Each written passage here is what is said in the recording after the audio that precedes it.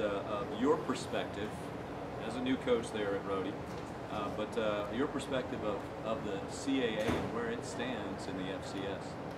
Well, the CAA is obviously the best conference in the country in terms of FCS football. I think that the coaching is outstanding. I think that the quality of head coaches particularly is really quite remarkable. I think you take those guys in a lot of different areas and resource them the way some of the BCS schools are. I think that they do some pretty special things, but they, like I, have recognized that this level of football is special, and this conference in particular, I think, has so much to offer any potential football player, and a tremendous competitive opportunity that can, if you're successful in this conference, I think that you're immediately competitive at the national level. So I think that says it all. You had 3 teams, last year in the playoffs. We've had how many playing in the national championship since 1993? I mean, I've done a little bit of homework. I'm not real good with the numbers, but I mean, it's one team after another that, and it's not always the same one. So it's an interesting conference, and I'm thrilled to be part of it and get back in to see if we can get Rhody in the top of it.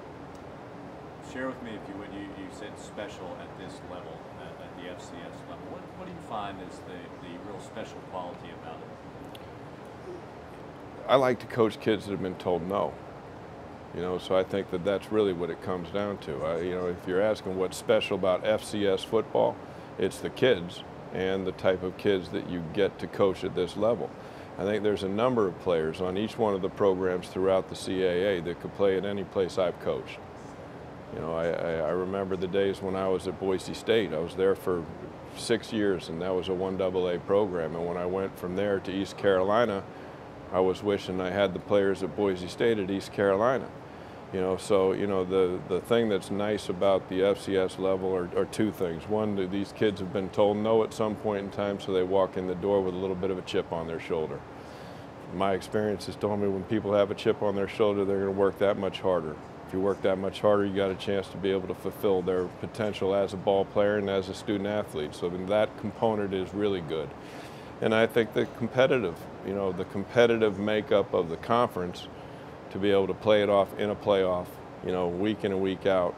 I've been to bowl games, I've been to all that stuff at different levels of football, but the most pure memory of practice and play was probably in our trying for the championship back in 1990 at Boise State. We made it to the semifinals. And I just remember like it was yesterday, those practices, watching those kids practice at such an edge. And for a football coach, games are good, but football practice is what it's all about. And it was really inspiring to see how hard they would prepare for those games, knowing that next week it's either go on or you're out. As you have put Rhode Island's program under your microscope, how does it become competitive? What do you need to do to get up there among some pretty darn well-established programs? It's a long answer. I mean, to take the time with it. The first thing it's surprising to me. Everything I see at Rhode Island is great, and I'm not going in through it with any kind of blinders on. I don't really have a good grasp why, 84, 85, and 2001, the recent history of the football program, the only 3 winning football teams. So that's a surprise to me. You also look at, because I look at the campus, I look at the facility. I mean, there's a number of different things that are there and set up for long-term success, at Rhode Island football. You look at your competitive institutions, New Hampshire and Maine. Certainly, there's similarities between the northeastern schools, and you look at the success that Sean and Jack have had at those places, and it's phenomenal, and they've gotten good players up there, and they coach them hard, and they coach them well. So, there's a benchmark for you to follow. Bob Griffin's teams, 84, 85, 10-2s. See what those guys have done up in New Hampshire and Maine. Those are what we need to chase, and I think it's perfectly attainable.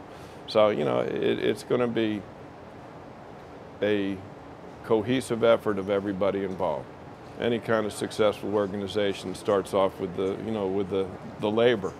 those are our guys. And they're working extremely hard. They're doing the things that are necessary, that I know are necessary for college football players to be able to reach their fullest potential as players, and as a result of that, be able to bring it into a cohesive effort that's their best team. But in terms of long-range success, you've got to be able to go ahead and look at all the different tentacles that outreach from the heart of the program, which is the players, off to any area that touches those kids. So, we've got to have administrative support, which, we've got a great administration in place that absolutely believes in the future of football and the necessity for football at the University of Rhode Island. You've got to go out to the state. We're the state institution. We have got to be able to present a product on the field that will be adopted and become a source of pride for the state of Rhode Island. And once you're able to get all of those things, kind of woven into the same fabric, then I think you've got a championship formula. And I think that if we can get everybody hitting on all cylinders, get a little bit of momentum, be able to bring some wins together, then I think that the program will feed and the people will feed the program, and I think it has an opportunity to blossom, be able to represent the state of Rhode Island in the first-class fashion and be able to go ahead and compete at a national level. Last year, you helped to coach a team to a pretty good success. Certainly did open up a lot of eyes, I think, around the country in the last couple of years. What characteristics at UCF did you weave into your coaching that you hope to bring into Rhody? Yeah, it's one word. It's perseverance.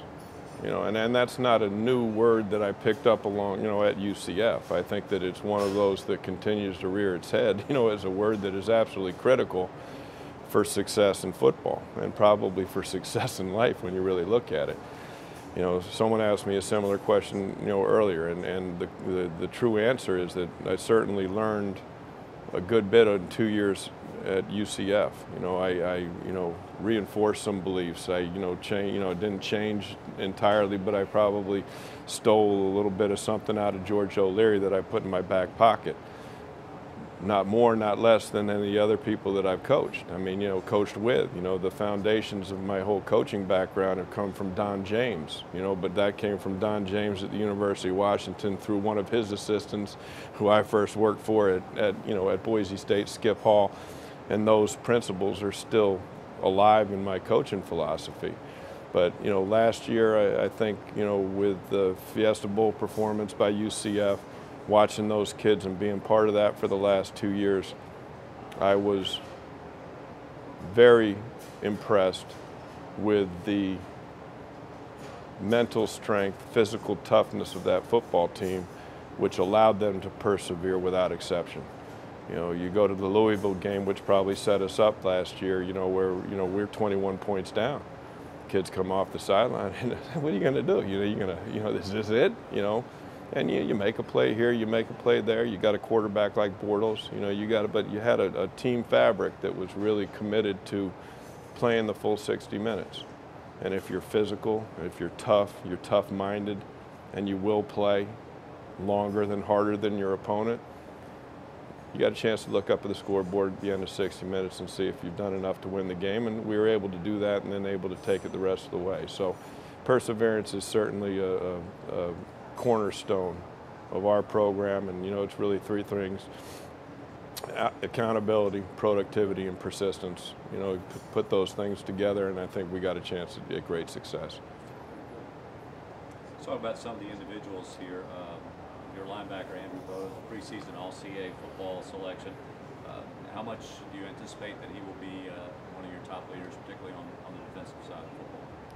Yeah, of course I think he'll be one of our top leaders. He is our player on defense that everybody kind of looks to. We've gotten a lot of notoriety, but as you know, one guy does not make a football team. I think, that he is a guy that has got to be able to grow into the role of leadership, more and more as he goes into his senior year. He'll be expected to perform at a very high level, and we need him to. But, leaders can only do so much. You have to have leadership from a few, and you have to have a good number of people that are willing to get in line and follow. And it's like you look around this building here when you think about Ray Lewis running around on that field. Everybody was better on the field because of Ray Lewis, not because he was the greatest player on the field, which he might have been, but because he was going to put forth the effort necessary to win, and he would not accept anything less. That is what we've got to get out of our leadership, and that's what we have to get out of our team. 20 new faces, not including your own. They're at Rhode Island Right. coming up this year. Are there any of those guys that you feel comfortable saying they're going to make contributions, or is it a blanket approach right now? Yeah, that's a slippery slope. Yeah, you know, sure. you sit there and say, yeah, this guy's going to come here and do this. That puts a lot of pressure on him, and it questions my crystal ball at some point in time. But you know, the bottom line is we were thrilled to be able, you know, you get started in recruiting, and you don't know what's going to be available, you don't know what you're going to be able to get, and we were thrilled about the class we were able to bring in. I think we addressed the needs as we saw, which, you know, you look at film, you don't really know the needs.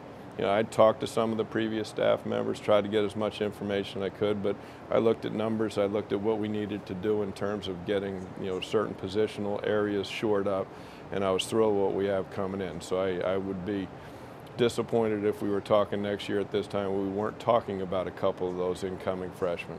You know, we've got, you know, new faces at quarterback, we got new faces at running back, we'll have new faces on the offensive line.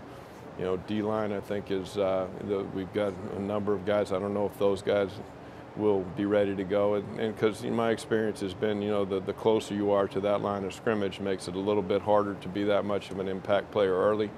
So we're going to need some help in the secondary. So you'll see some new faces, and hopefully they're playing a little bit older than new faces usually do, which is usually a nightmare. Which freshman players are not the fun way you want to go with. Got that right. Yeah. You mentioned earlier about Rhode Island, the state university. Yes. And the Rhode Island pride that you're seeking here. Yes. From a recruiting standpoint, if you look at it from a numbers perspective, and I don't know, I'm really ignorant about this, but Rhode Island doesn't have a tremendously large population base just simply because it's Rhode Island, it's a small state. Right. So what's your footprint to try to bring in and induce that type of pride for the state of Rhode Island?